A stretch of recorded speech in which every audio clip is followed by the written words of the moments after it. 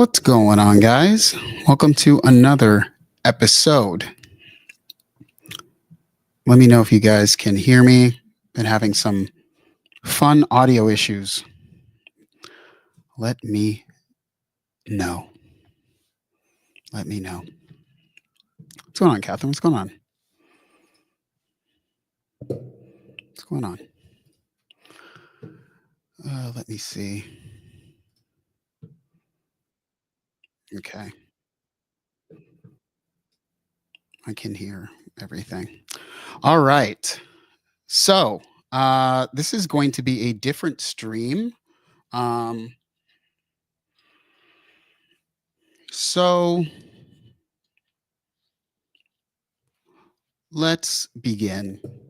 I'm going to share my screen with some random slides that I made and just go through these things because that's how I feel. Okay.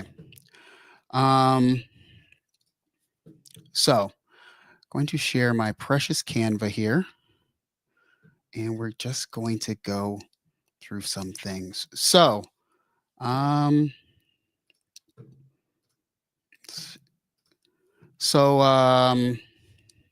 why did I make this stream? Not just because I love the Wayans brothers and the shh, don't tell nobody. But I think more recently I've seen a lot of discourse regarding what goes on behind the scenes, and then also specifically speaking about the the certain companies not getting covered at NAMM. What's up, Analog Wings? No, I will not say blockchain, I promise. So why now? Why? I've hinted at this many times in other streams.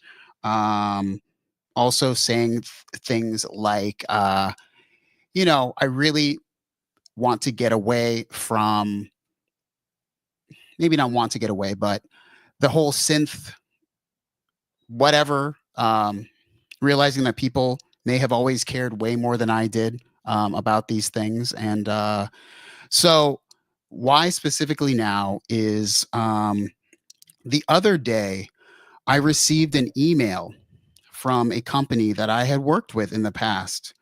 And the email was a passive aggressive email regarding something that I said online, which was a commentary, a critique of a product. I am not going to say the company. If they decide to continue to send more emails, there will be a video on the main channel, a fun edited video. It'll be wonderful story time. I will embrace all those views from the, people love drama. I don't. So here we go. I am going to read from my phone just what the email said, because everyone should know. So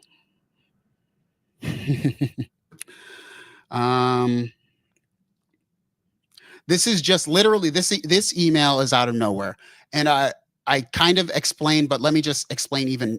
Well, I'll read real quick. The email just comes in from the company and says, and I'm gonna not say it exactly because companies are very litigious, and I'm just gonna give this summary. So essentially, the first sentence is just so I understand, and you know how that starts out. Not hello, not hi, not nice to see you or whatever. Okay, it just starts out with just so I understand, and it basically goes on to say your contract allows you to have public complaints about our projects on the internet.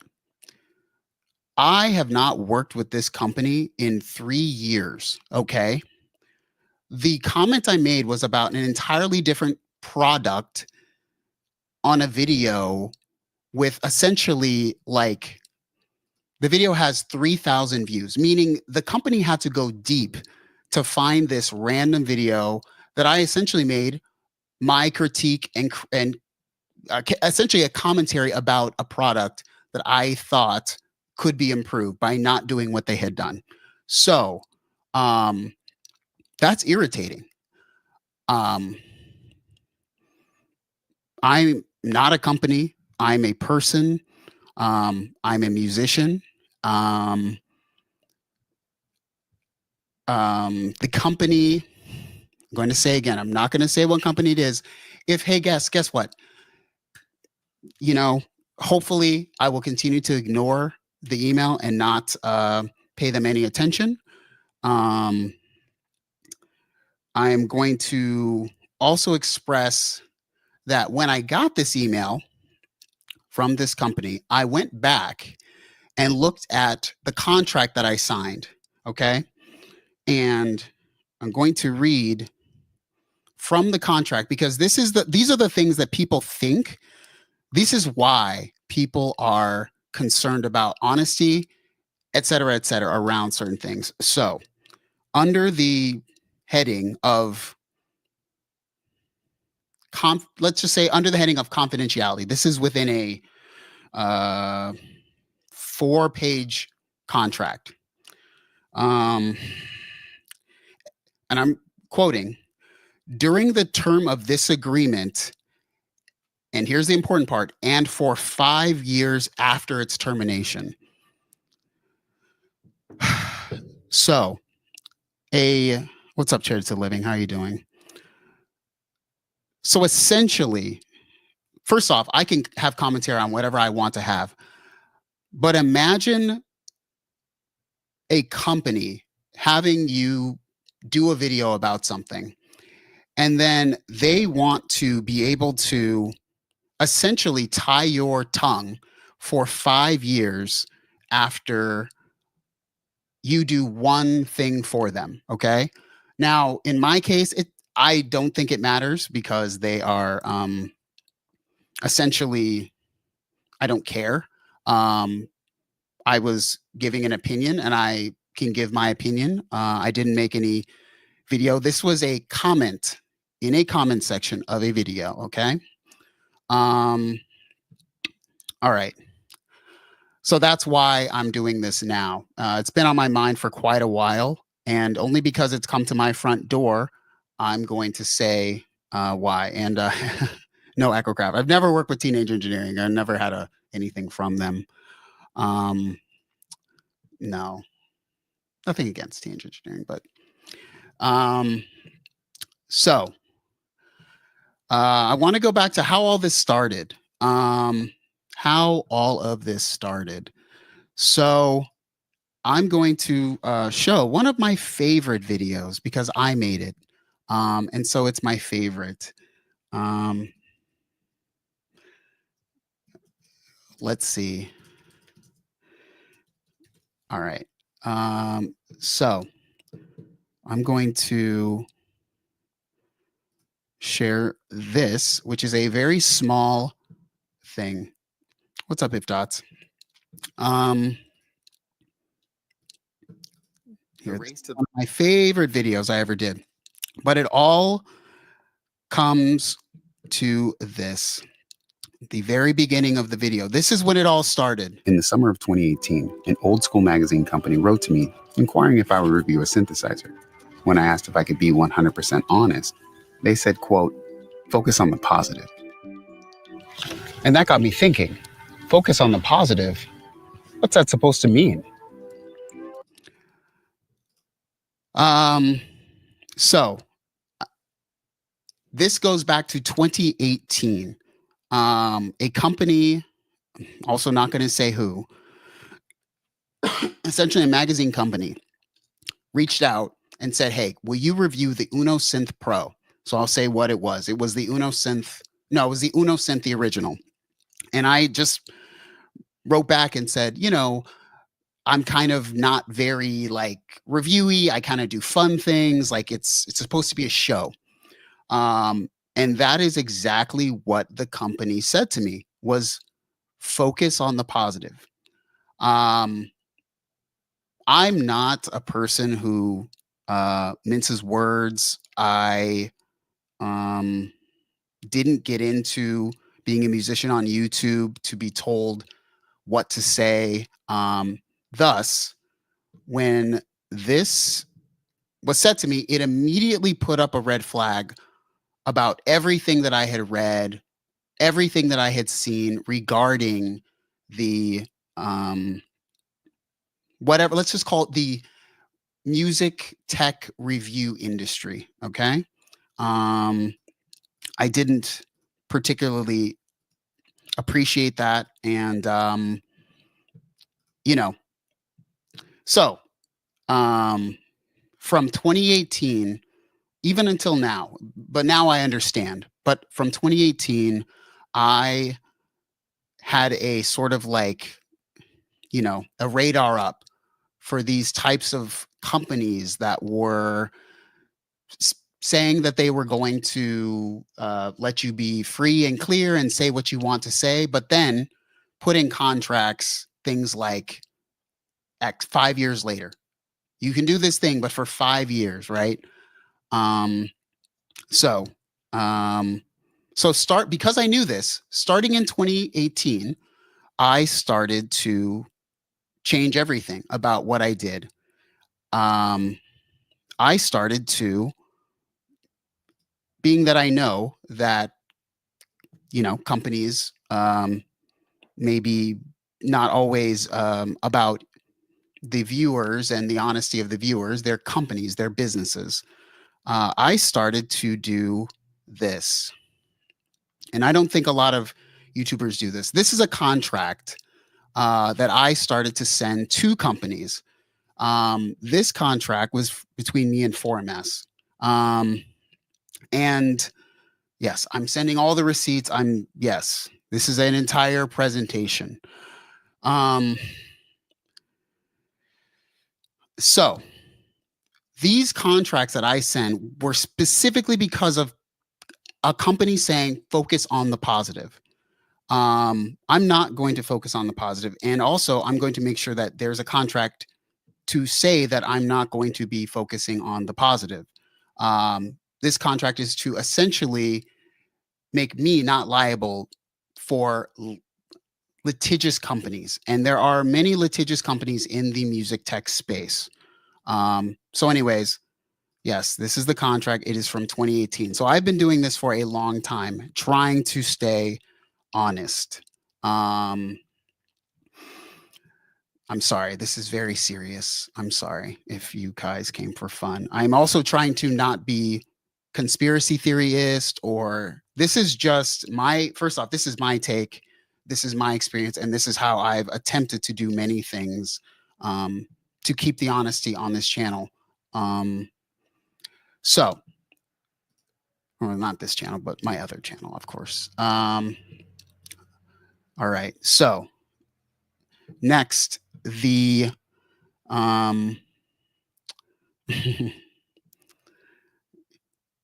yes. So next, I'm going to talk about this. So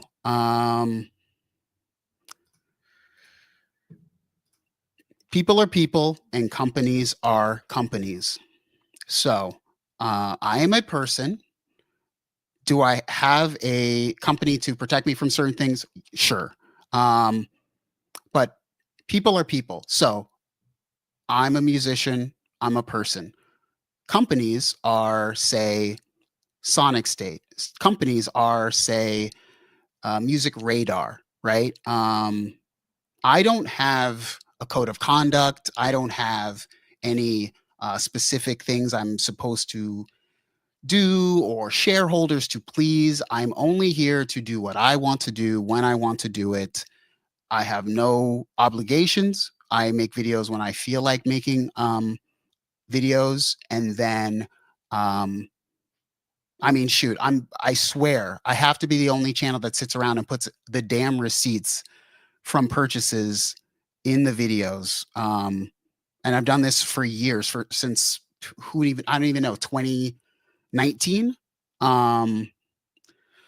So understand, I hope that people truly understand the difference between people, musicians, and companies, right? Andertons is a company, right? Those aren't just guys having a fun time as it would be me, right? Um, and in a way, this leads into that people, I think that there are companies that are good or companies that are not on the side, or there's some divide between, you know, certain companies. And I got to be part of something um, in 2019. Here's this, called the Synth Reactor, the Tommen Synth Reactor. The Tommen Synth Reactor was held in Germany, in Treppendorf, Germany, by a company called Tommen. And this was essentially a way for brands to get into, let's call them synth tuber, to get into synth tubers inboxes in a very like fun and cool manner. Okay. Uh, at that point in time, companies didn't have a heavy influence in the synth tuber space. Let's just call it that. Okay. So, Synth Reactor, all the companies paid to essentially become synth YouTubers' friends. That's what this event was. I went to this event because I was invited, and heck, I mean, I'm not going to go turn down a trip to Germany. Okay. The trip to Germany was amazing. I loved it. And why I'm particularly different in the things that I can say, and a lot of people do a lot of speculation. I wish they would just ask me. I will tell people everything from at least my perspective. Now, the thing that this event gave me was the ability, and this goes back to the people are people, companies are companies thing.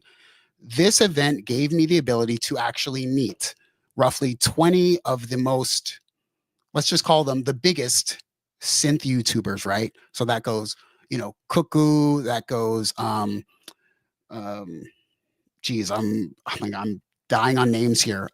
Gaz, I mean, I was there. Jade Wee was there. Dr. Mix was there. I mean, there's let's just call it the who's who minus like Andrew Huang, right? And maybe like Jeremy.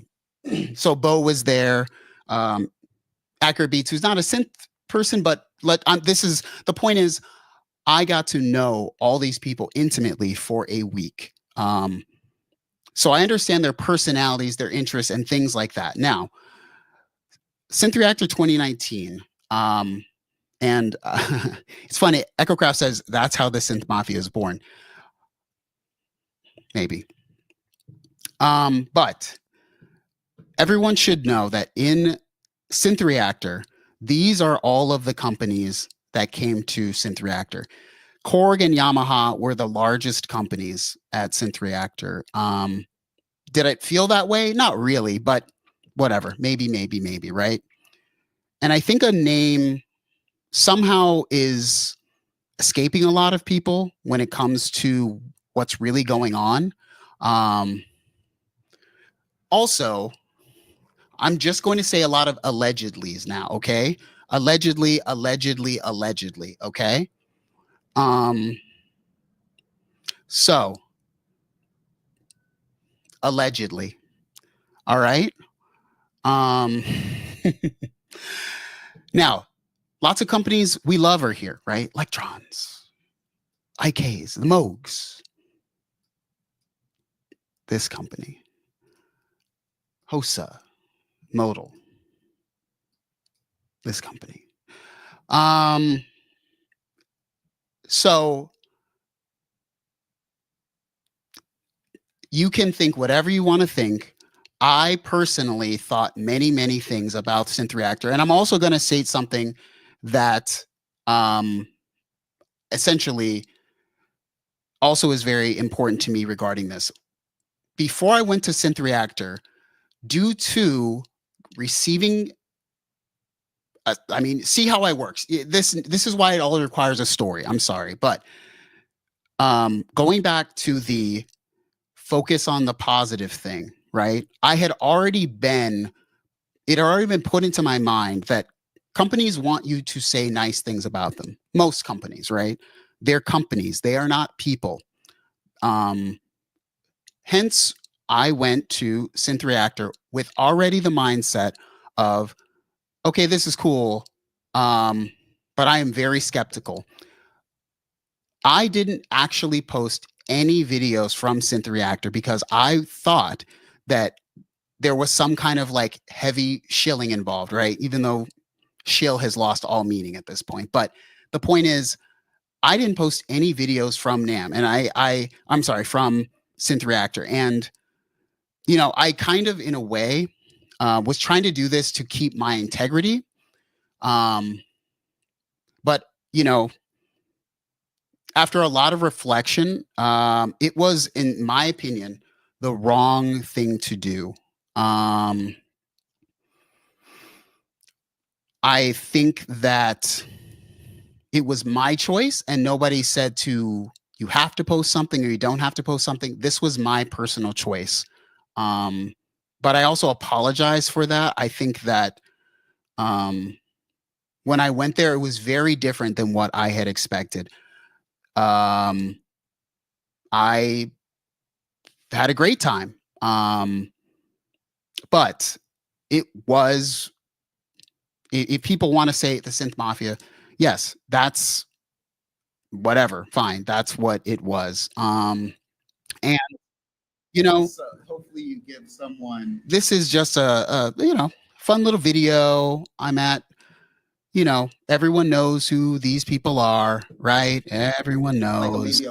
Um, you know, I'm getting shown, right? The crave here. That's what I'm getting shown here. You know, it's being whatever you want to glean from this, you can. Okay, whatever you want to glean from this, you can. Um, so, keep all of this in mind. Keep all of this in mind.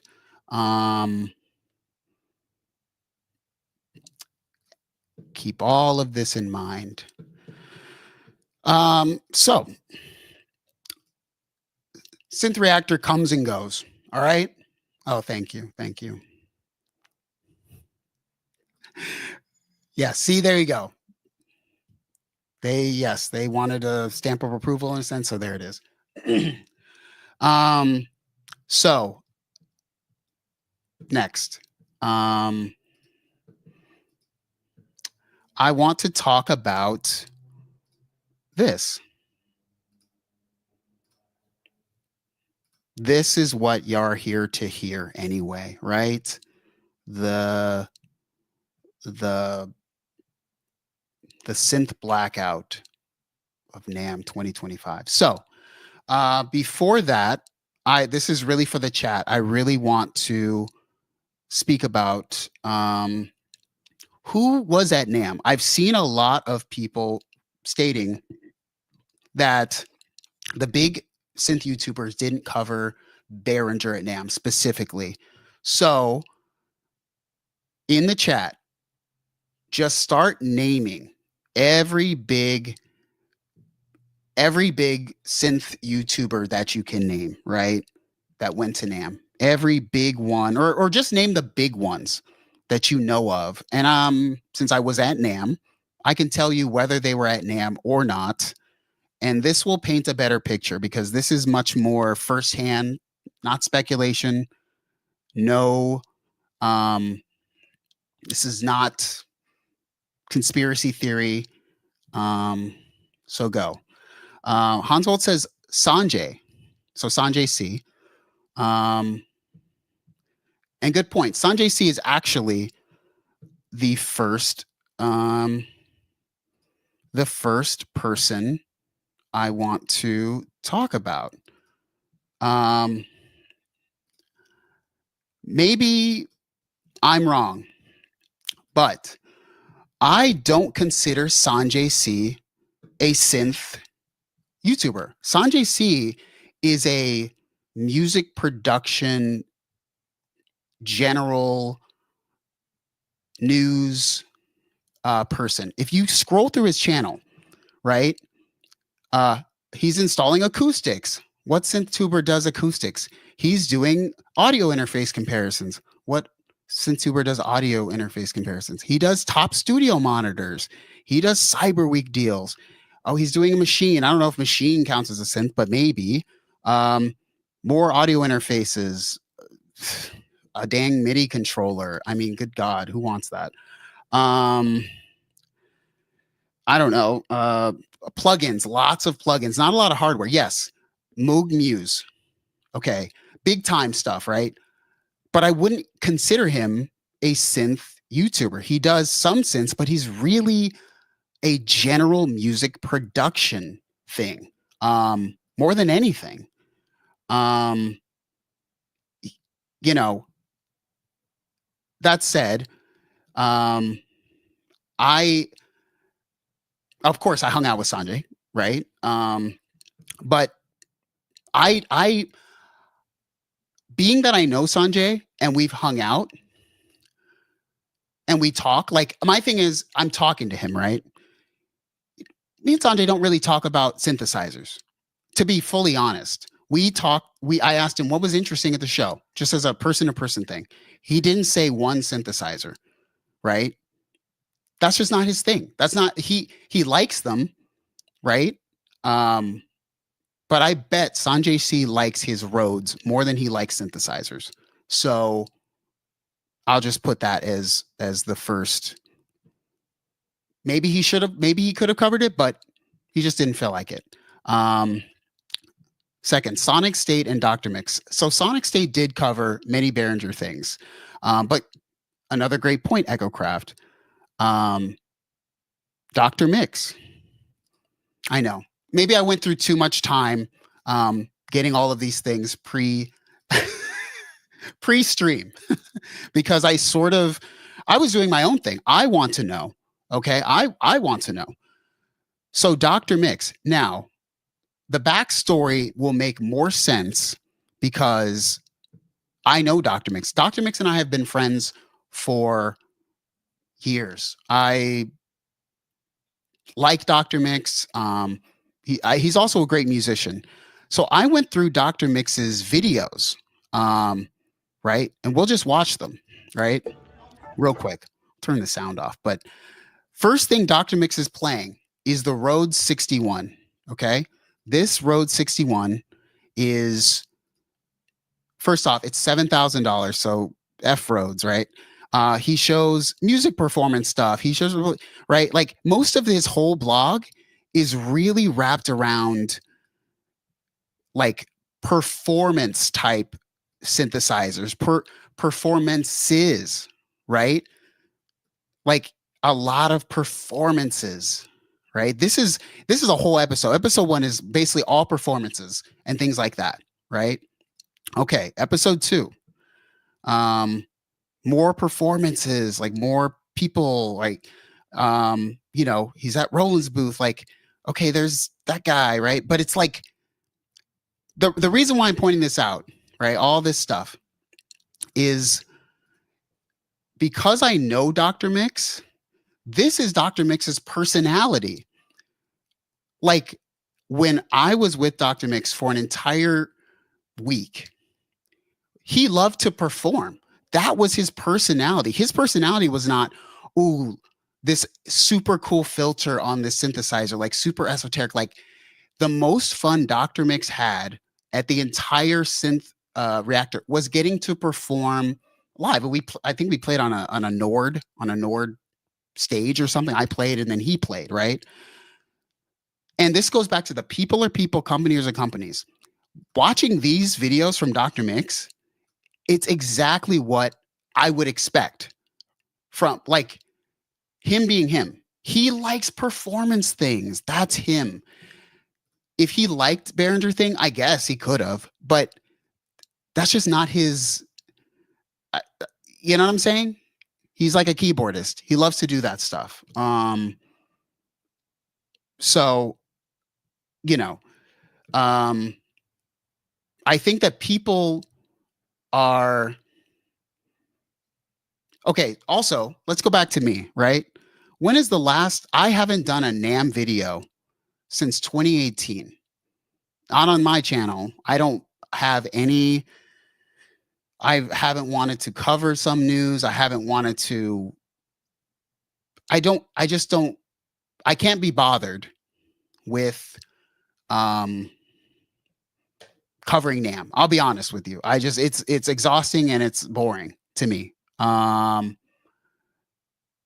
But I'm the person with the firsthand knowledge, right? I am being as transparent as I can because I think that when you're far away from something, it doesn't allow you to see it as logically, especially because I see it as like this to this to this, right? Um, Next, there were people who did cover Behringer at NAMM, and one of the people who covered Behringer at NAMM was Tiger Arcade. I assume that maybe some people don't follow Tiger Arcade, but I like Tiger Arcade. Been online friends with Tiger Arcade, and he covered the Behringer wave, right? I'm pretty sure as days go by, he'll get around to editing more videos, and you know, he'll get into the Behringer wave stuff, right? Um, so I don't know. People may have missed his stuff. I don't know. But also, uh, you know, Tiger Arcade felt like covering those things. I don't know. Um, you know, he also, and I'll also put this, um, as if Tiger Arcade hasn't criticized Behringer in the past. If you go back on Tiger Arcade's page, he has some videos where he's not as favorable about um, Behringer, lifting the veil on Behringer, a history of controversy. So I think I really would like to bring to the sort of like consciousness the idea that you can have both. Like me, I don't I don't care about most companies either way. But some companies, unfortunately, are a lot more litigious than other companies. Because of the litigiousness of certain companies who are going to put into contracts 5 years after termination, you're still under this thing. You're not going to, I hate to say this, you're not going to mess with companies who have sued other people in the past.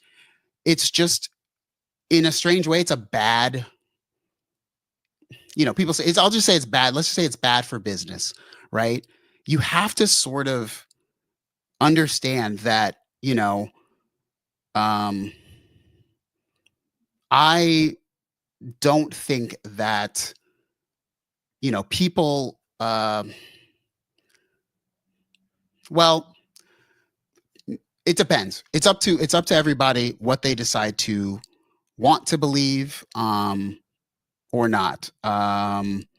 The other thing I will bring to the forefront is someone who was there that most people don't even know that was there. Um, and that is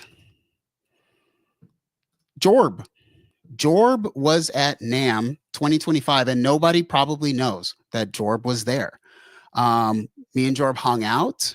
And Jorb is a huge supporter of the DeepMind 12, right? You can go on his channel. He has multiple videos about the DeepMind 12. So Jorb and I talked, we hung out, and the thing I said to I asked to Jorb, I said, hey, what are you seeing that's like pretty interesting? What are you interested in? Like, what's cool to you, right? He didn't say, you know, anything, right? He's essentially, we were hanging out at the Rhodes booth. And that's when I made the joke when I asked the guy how much that Rhodes 61 was. And he said $6,999. And I literally was like, no, bro, that's crazy. Like, and, you know, Jorb could cover anything, but Jorb isn't probably going to cover, he's not going to even make a video about NAMM, right? Because he's a person, right? I don't know what Jorb's a fan of specifically, other than the DeepMind 12. But just because Jorb was there doesn't even mean that he's going to do what he feels like doing, right? Just like I literally went to NAMM. I took my camera. Here it is. I went to NAMM. I took this camera in my backpack. And then as I'm getting out of my car, I put it in my pocket and I think, I'm going to have to carry this around all day. And I literally said, no, I would rather do nothing than carry around a 2-pound camera, right? So no company gets anything from me. I also, I asked Jorb, and Jorb liked the roads. Jorb loves the roads. But it is what it is. Speaking of companies, I think a lot of people think that certain companies aren't cool with synth people anymore, or they're like not part of the mafia or whatever. I'm going to tell you right now, and I can talk to people privately if you want to talk privately about who this is and things like that. The companies who you don't think send, they send because I'm the guy that they're in the inbox. Try to take another thing, right? And I will say, well, let's just say if you think they don't, I'm here to tell you that they do, but I'm also not going to say anything more because I'm already getting like passive aggressive emails from companies for saying apparently too much. Okay. Whatever. But if you want, I don't want you to necessarily, but if you care that much, we can do a literal call and I will show you emails. And if that's going to put you to rest, if that's going to make people feel better. But of course, because people are people and companies are companies and they can be litigious, I'm not trying to put myself out there to be sued by companies. And I also don't mess with companies. I hate to say that. I don't mess with companies who do sue. And unfortunately, I guess I kind of did now. I made a commentary about a product and then boom, they're in my inbox. So even more reason for me to stay away from companies who have sued people in the past, litigious companies in general. So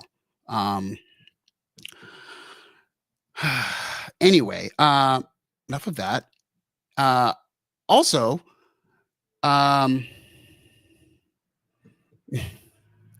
so I wanted to sort of talk about, because I'm not sure everybody saw, but I want to give a sort of okay.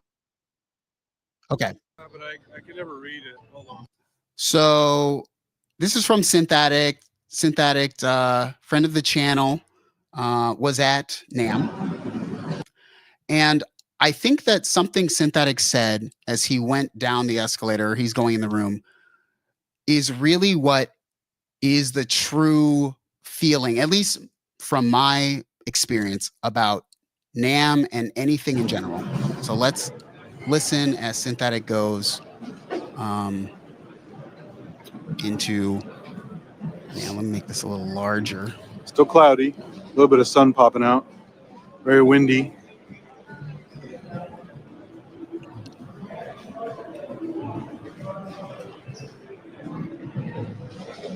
Oh, he's just heading down the escalator. Now this is NAMM. This is the first floor. This is where At we're least all the coming. Wi-Fi's holding up today. It was all fucked up yesterday. All I right. don't think there's anything cool down there. Let's just take a quick look.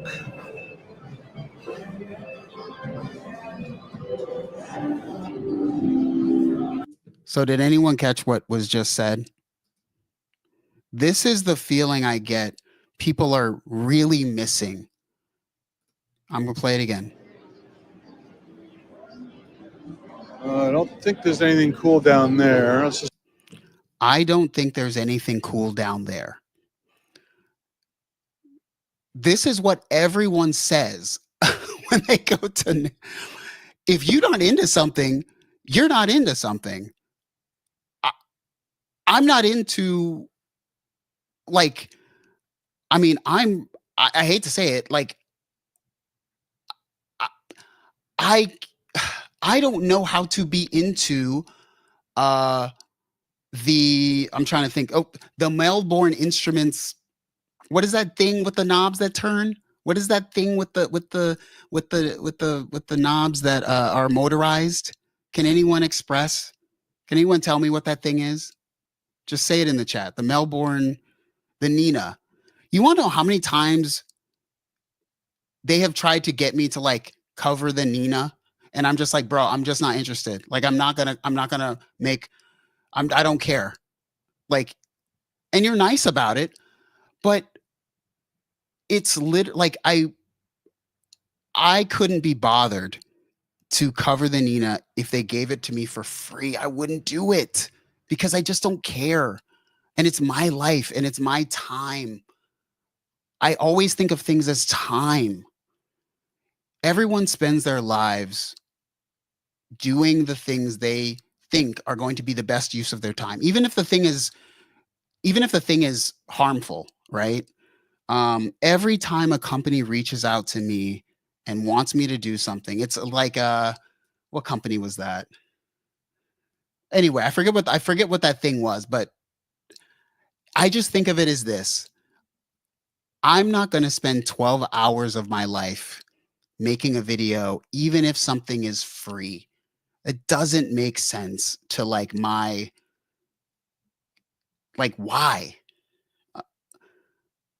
Like, I'll be honest, like why? Why would anyone do that? But anyways, let's keep playing. It was a good commentary, but also I want to show where things are, and this will give a explanation of where things were. So Synthetics is walking into the main room, and this is you guys saw where PSN. You already Behringer saw is. me show some of the Behringer stuff, but I'll do it real quick anyway.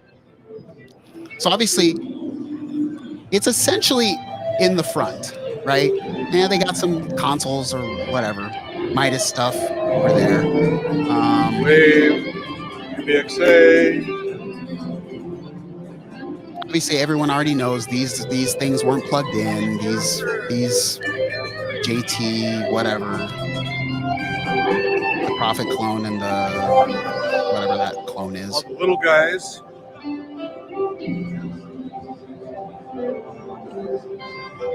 This one's incredibly tiny. But, you know, I said the Wi-Fi was good. It fucking cuts out on me. So here's the newest guy, the BX1. I'm gonna come back and play it later. All right. So if anyone was concerned that people might miss the Behringer booth, you definitely didn't miss it. It wasn't the first thing I saw because I came in a different entrance, but it also wasn't the largest booth. I do want to say that. I think people are saying it was the biggest booth. How can anyone miss it? If it was the largest booth, it was the most weirdest setup because the things were pushed back. And I'm not making this as some excuse because everyone knows things are there. My rationale for everything is that people are people and companies are companies. So like the first thing in the Behringer booth isn't the synth. It's like first off, it was all the consoles. Like when I walked by, it was consoles. The first things were like consoles. Anyway. And